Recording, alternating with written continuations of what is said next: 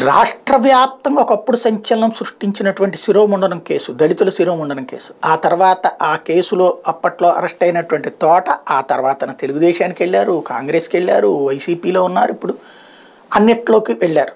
ఇప్పటికీ కూడా ఆ కేసు తేలలేదట.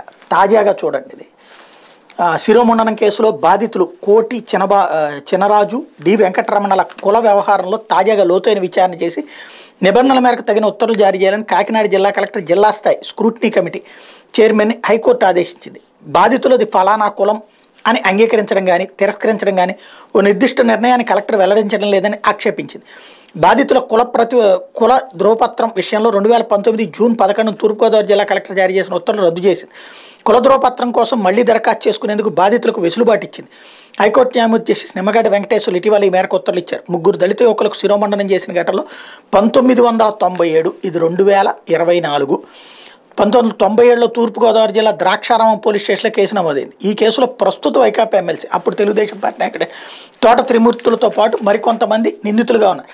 బాధితులు కోటి చినరాజు, డి వెంకటరమణ ఎస్సీ సామాజిక వర్గానికి చెందిన వారు కాదంటూ తాము ఇచ్చిన ఫిర్యాదును అధికారులు పరిగణలోకి తీసుకోలేదని, వాదనలు చెప్పుకునే అవకాశం ఇవ్వలేదని, ఈ నేపథ్యంలో 2019 జూన్ 11 కలెక్టర్ ఇచ్చిన ఉత్తర్వులు రద్దు చేయాలని కోరుతూ కె జీవరత్నం మరొక 2019 జూన్ 25 హైకోర్టులో వ్యాజ్యం వేశారు. దానిపై ఇటీవల తీర్పు వెల్లడించిన న్యాయమూర్తి బాధితుల కులం విషయంలో లోతైన విచారణ చేయాలని అధికారులను ఆదేశించారు.